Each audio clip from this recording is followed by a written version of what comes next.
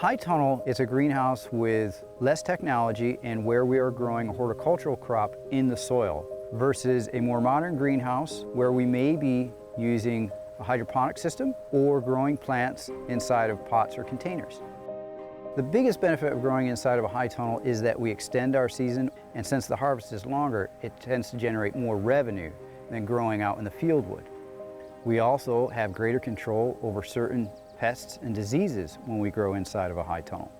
And so that reduces the farmer's need to rely on fungicides or insecticides to control those pests.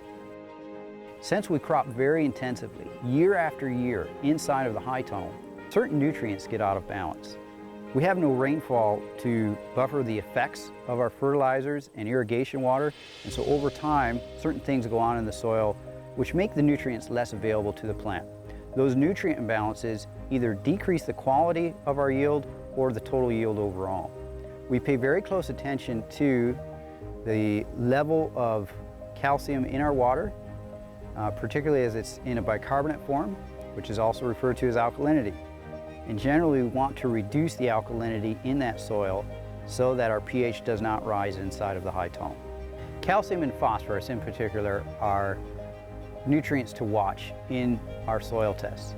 Those levels in particular climb over time and can become excessive, which is an environmental concern and really a crop quality concern. As those nutrients get very high, they limit the ability of the plant to uptake other nutrients such as potassium, manganese, magnesium. So what we're trying to do is fine-tune our approach to fertilizer or amendment application to the high tunnel soil. In order to improve our management, it requires more information. Information on what are the nutrient levels of our amendments, our compost, our fertilizers, what is the pH and the alkalinity of our irrigation water, and what's going on inside the plant. To get that information, we run a lot of lab tests on both the soil as well as the plant. Once we have that information, then we can begin to make informed decisions.